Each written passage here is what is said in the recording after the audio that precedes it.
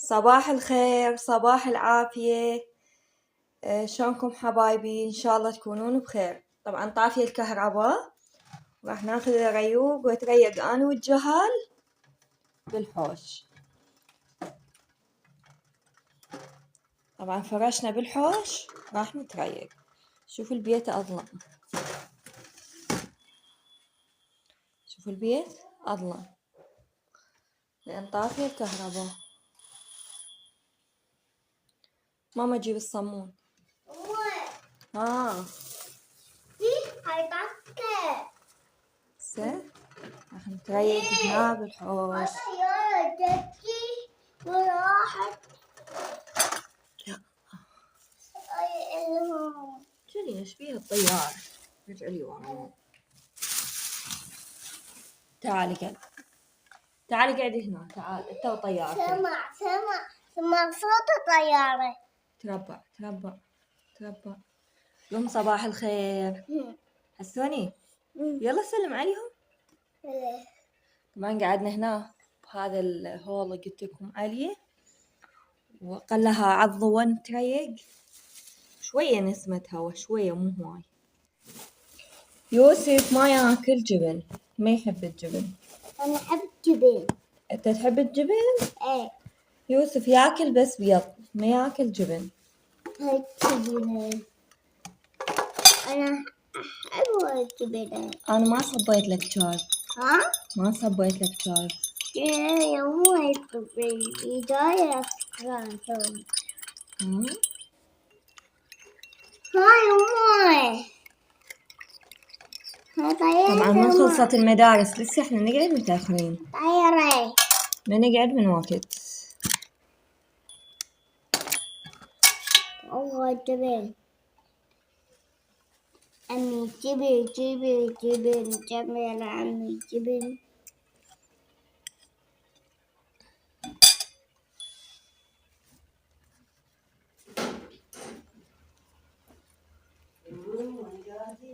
اليوم قاعدين بالحوش. عليكم السلام.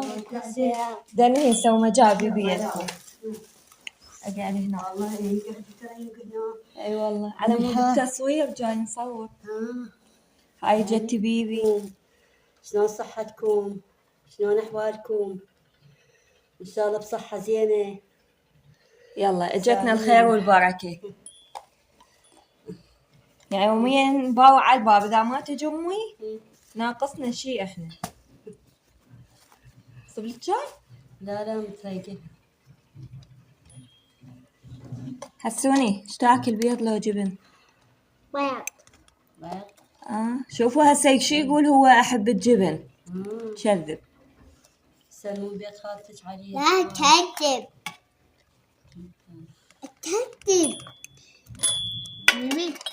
تسولفين عليه. اي عاقل. مؤدب عاقل كلش. حباب. قلت له لو ما اخذ حسن. كان قلب الاول والثاني. حسوني هم عاقل بالطلعة، ما يسوي شيء. ابد. شعورنا اليوم. شبعان نوم. اليوم شبعت النوم. يقول شبعت نوم. عطيه بالسبع. عاقل. بالسبع. وين حطيت البيضة؟ سكينة شلونها بدروسها؟ زينة. تعلم. هي تقول شاطرة. تعلم. أساس أدخلها رابع، بس قالت بعد يحتاج لها تهجي. هاكنا صوت المعلمات إنه ما درسوا نص السنة وقعدوهم الأول والثاني، شو ما افتهموا. سكينة هسه أنا مدخلتها دورات تقوية، يعني مال تهجي الأحرف، يم مدرسة.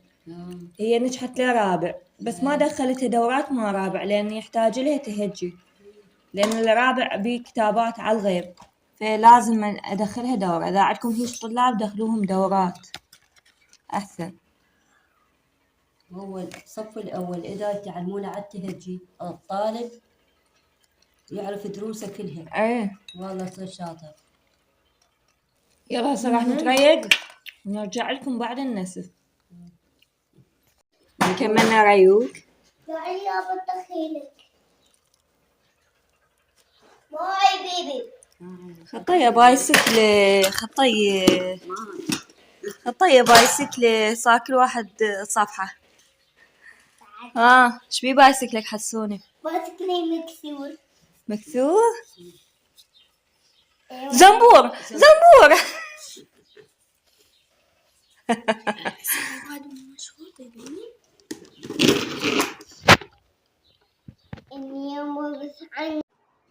حبايب ادري بيكم راح تسألون على الفيديو لان هو اصلا قديم قبل محرم. هذا الفيديو صورته وهسه مثل ما تعرفون انا غيرت شكل المطبخ، فهذا الفيديو انا ما منزلته بالقناة، فقلت خل انزله للبنات وهماتين نتونس انا وياهن.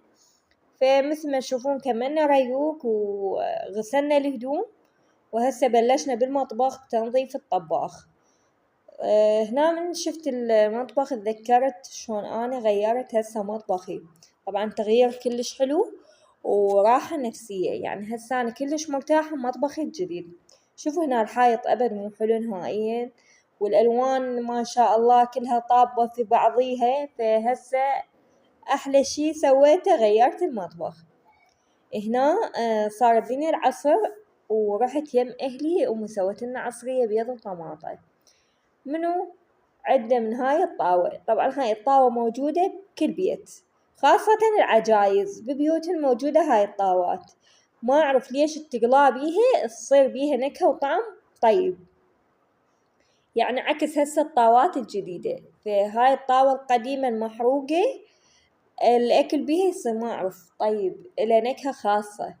فحاولت أشارككم يومي مقتطفاتي روتيني الصباحي اللي هواي بنات كتبولي. أني صورت هذا الفيديو قبل محرم، صادفت أرد أنزله صار محرم، فقلت ما يصير شهر مبارك ما يصير أنزل بيه فيديو لأن أنا أصلا لابسة ألوان كنت فما يصير. فعفته قلت يخلص محرم وأنزل لكم إياه. صادفت تغيير المطبخ فالتهيت أنزل لكم فيديوهات مال تغيير المطبخ، فقلت لا لازم هسه حان الوقت أنزل للبنات. شوفوا لي هنا أظافير كوثر. طبعا هسه كوثر ما عندها ظافر كلهن قرضنا لها لأن جت المدرسة، فبالعطلة خطية تطول أظافيرها فقالت لي مصبغي لي أظافيري. تعرفون عصرية إذا وحدة مكملة شغلها وقاعدة وحاطة البنات فش تسوي؟ لازم تسوي عناية بنفسها وبناتها وهاي السوالف البناتية. فقلت تعالي خل أصبغلك إياهن. أنا بيوم يصير عندي وقت راحة أو ما عندي شغل إيش أسوي؟ أطلع الإكسسوارات، أطلع المكياج، أطلع صبغ ظافر ونبدي نعدل بنفسنا. لا قلت شنو لا تقول لي بس وقت الشغل لا والله ننقلب جبار. هاي كلها وقت الشغل تصير جبار ووقت الراحة تصير لا صوفيا لورين. طبعا بنات والله العظيم بلعتها خلفة هواي وحتى القليلة، يعني لازم شلون أقوللجن يرادلهم أمور يومية بحياتنا، شغل طبخ تنظيف. والمرتاحات تدرن من هني؟ المرتاحات اللي ما ينظفن نايمات على الوسخ أويلي ذن المرتاحات، بس المثل تحب النظافة والشغل لا مشلوع قلبها.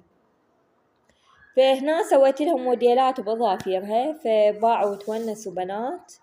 اكو هواي بنات كاتبات لي بالتعليقات ليش رجليها وسخة ورجليها فطور بالعامية، يعني مفطرة رجليها من جوا رجلها يموت عليها، وليش النظيفة والحلوة واللي تخبل وتنمع رجلها يومية عركة وياها ويومية يصيح عليها ويعيب.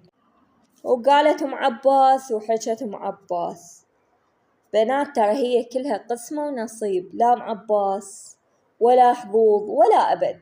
بنات هي قسمة ونصيب، قسمتك من الدنيا تاخذيها لا سالفة ام عباس ولا غير ام عباس. عندنا احنا رب العالمين واهل البيت فوق ام عباس وام عباس، بس هي شغلة حظوظ. وأبد لا تباعين عشين مو زين وتقولين ليش. مثلا وحدة وسخة ليش رجلها يحبها؟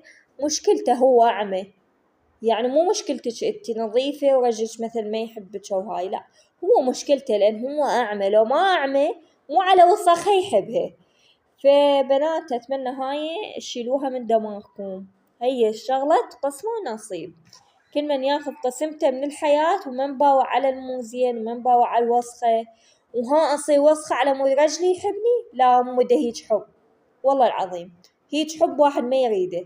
انت نظيفة لنفسك لبيتك لجهالك رب العالمين، رب العالمين ما يحب الإنسان الوسخ، فانت النظافة من الإيمان. مختصر الكلام، أتمنى وصلتكم الفكرة. وهنا الغيرة لو ما الغيرة ما حبلت الخنزيرة، سكينة شافت كوثر دا صبغ لها تعال صبغيلي، ولا أقول لكم لا تقلولي حسوني هماتين بالسرة، ظليلو على صبغت له ظافيرة يلا سكت. فأتمنى عجبكم الفيديو وحبيتوه واستمتعتوا وياي، وأتمنى تعطوني لايك، تشتركون بالقناة وتفعلون جرس الكل. أحبكم قد رحمة الله، ومع ألف سلامة حبايب قلبي.